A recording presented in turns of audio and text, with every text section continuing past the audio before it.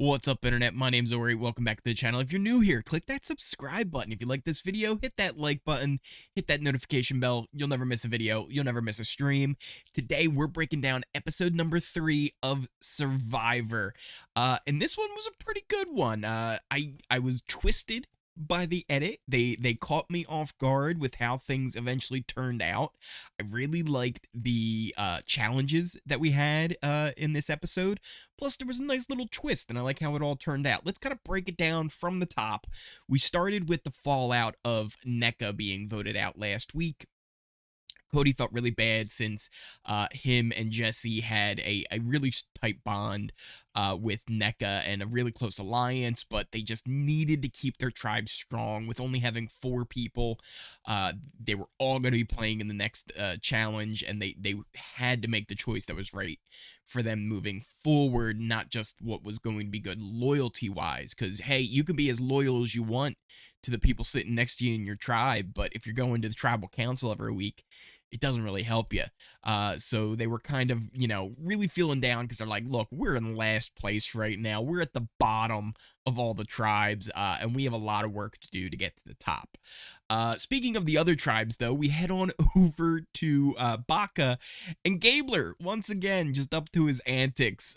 This time he's laying palms onto the other players while they're sitting in the shelter, like, for blankets. Sammy had this great thing where he's like snuggling up. He's like, "Oh yeah, this is a great blanket, so comfortable." He like woke up Ellie. Ellie and Gabler are really going at each other. So not only is Gabler getting on Ellie's nerves, Ellie's getting on Gabler's nerves. This is bound to blow up eventually when they have to go to tribal. Keep in mind, though, Gabler does have his idol, which is still good for one more tribal that he has to go to. So it's not just like 2 tribals that it lasted. It has to be one that he goes to. He knows about this. The other tribe mates know about this, but Ellie and Janine think that he doesn't know about this. So it's going to cause some chaos when they eventually do head to tribal. After that, we jump right into a challenge, but it's not the immunity challenge. First up, we're getting a reward challenge. It's a winner-take-all type deal. Whoever wins gets 10 fish, plus they get to steal 1 item from either of the tribes. So this should end up being interesting. It was kind of a sandbag toss where you had to knock the blocks off a wall. Then you had to walk on those blocks and then eventually land those sandbags onto some floating platforms. I really liked the concept of having to walk on the blocks across the sand. It was kind of like, that old school thing where even Jeff called it out. He's like, you gotta watch out for that hot lava. It was like, the floor ain't lava, right? You have to make sure you don't touch the sand.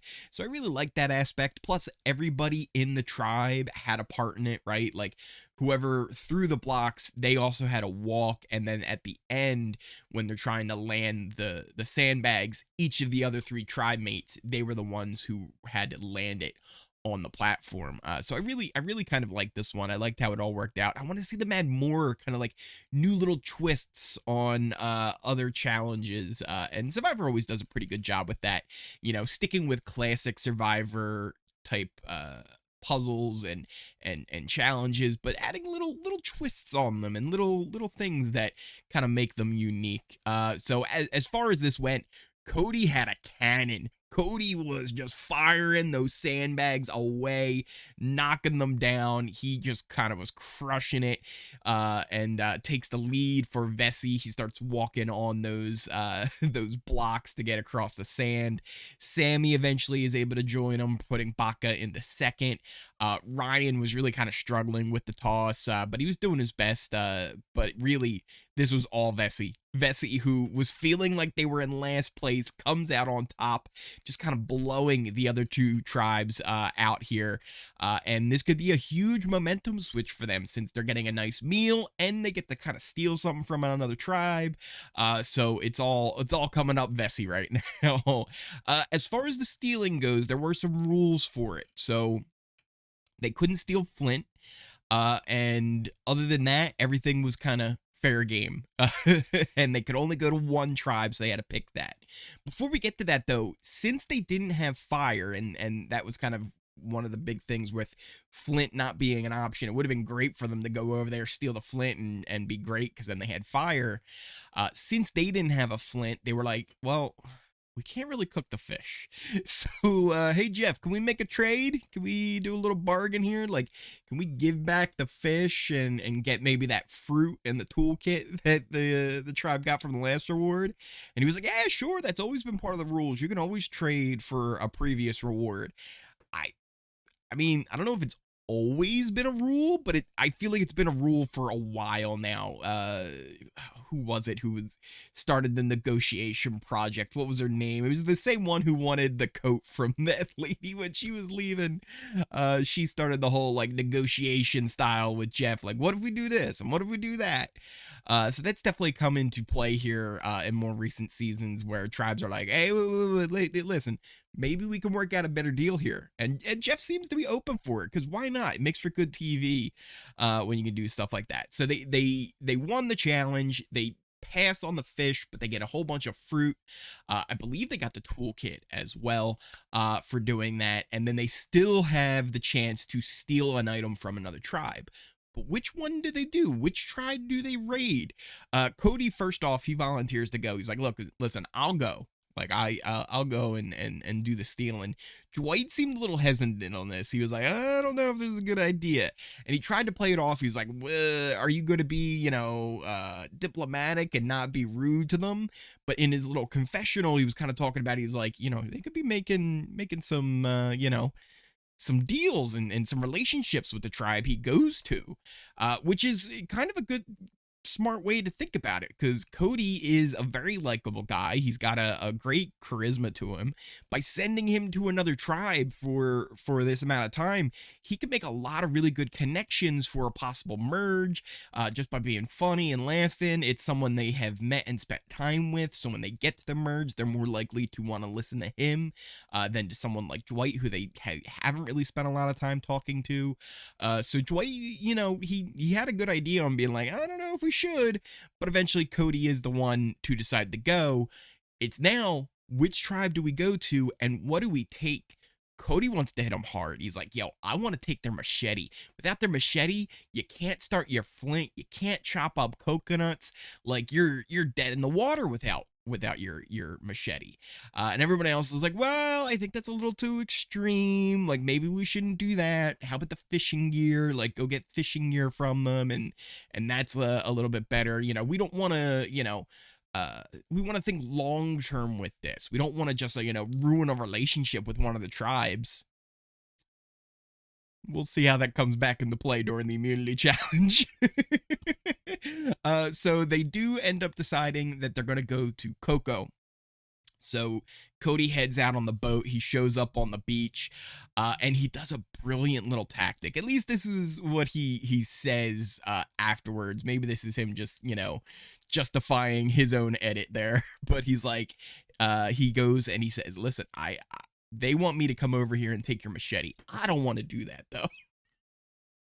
It was so good. He's like, listen, I don't want to do that. Maybe we can negotiate. And they're like, yeah, don't take a machete. Don't do that. What if we give you some lime, some coconut?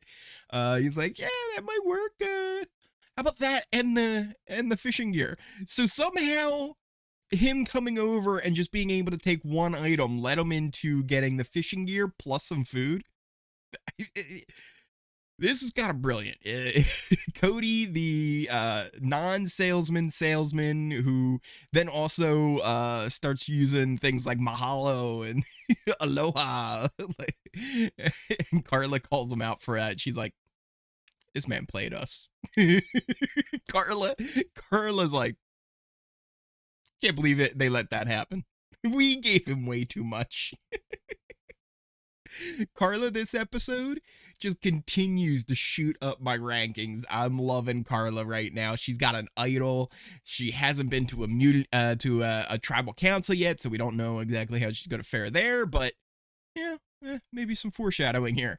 That takes us to the immunity challenge. And this one they had, instead of the little sandbags they were throwing, they had giant sandbags they kind of had to knock off while looking for a set of keys.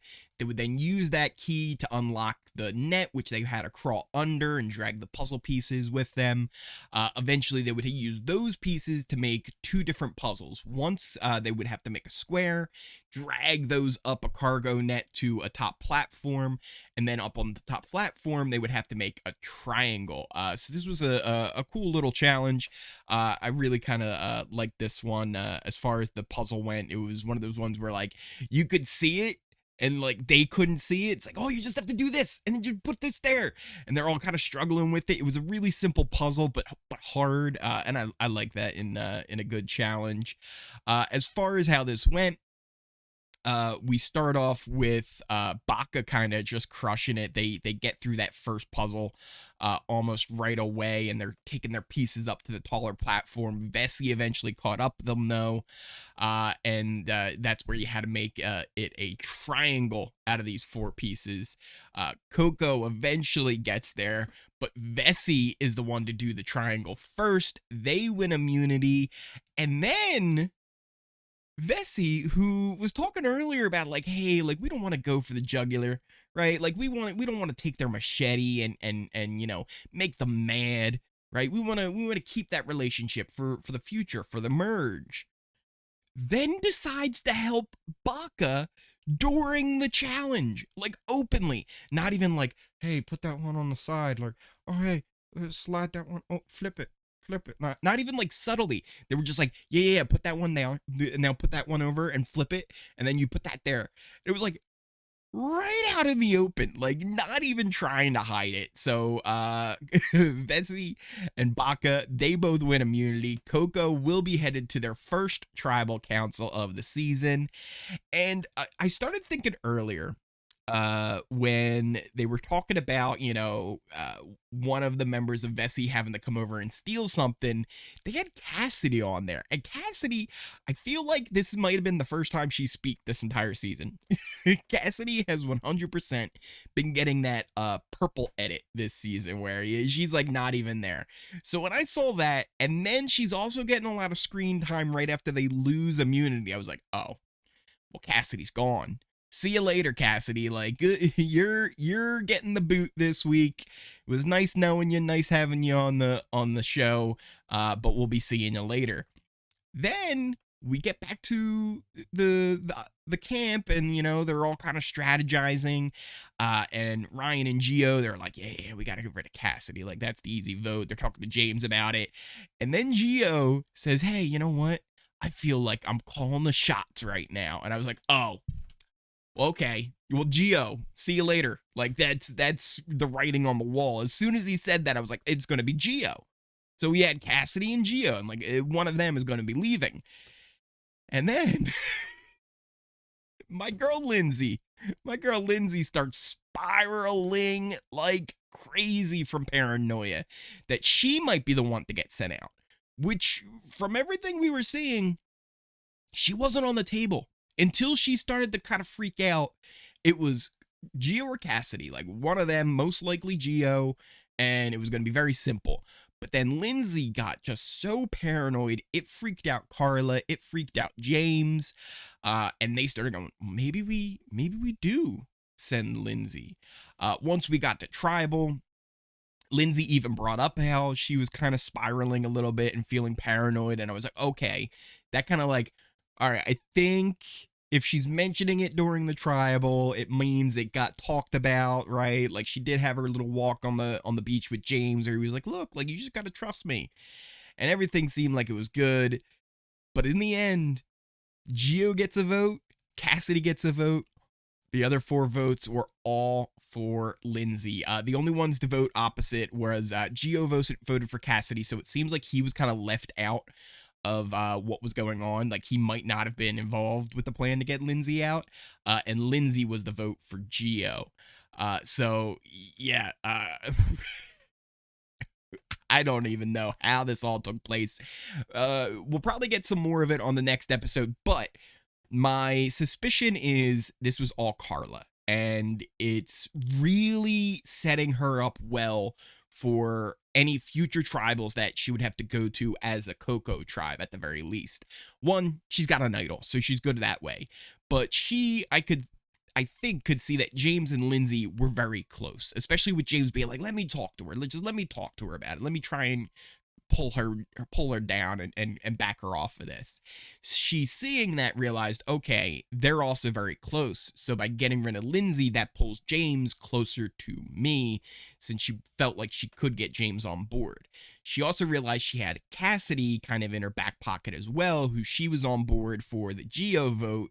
So when it does come time for Geo, she'll have James and Cassidy plus her idol there. So that's two people that she can really kind of get rid of and still feel comfortable. Plus, she has her idol.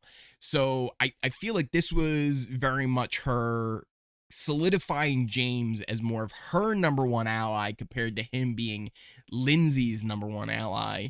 And I think this was kind of a great move for her going forward. I'm loving Carla. If you had to ask me right now, hey, Ori, who do you think's winning Survivor? Carla.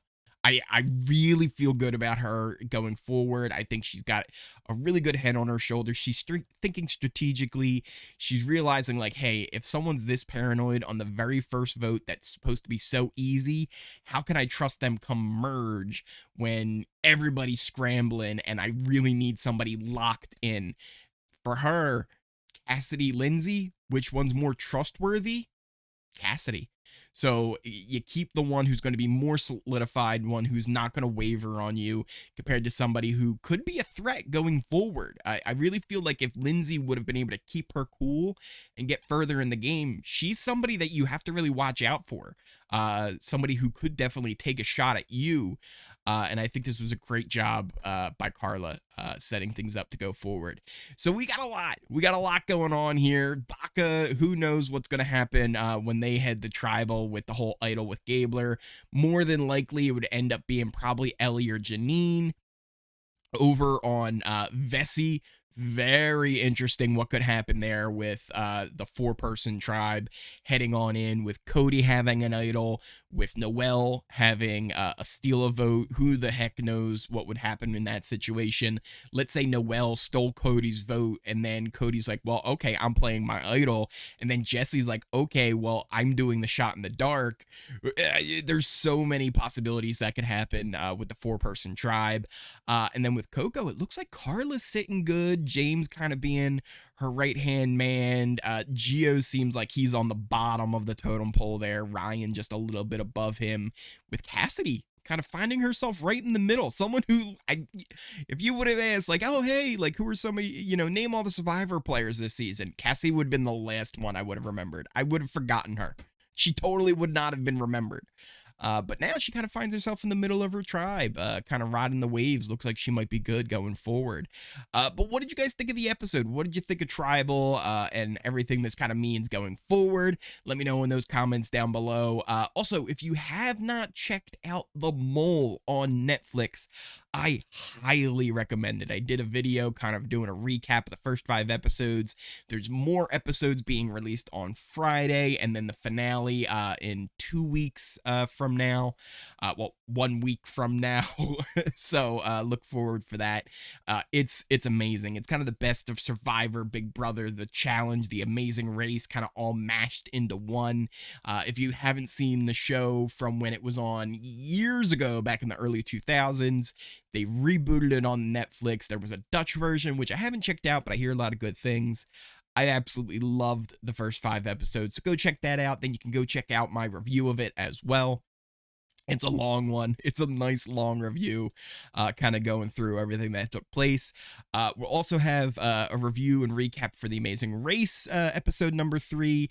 The Challenge, speaking of that, since we mentioned it during the Mole talk there, that new season has started up as well. Challenge season 38.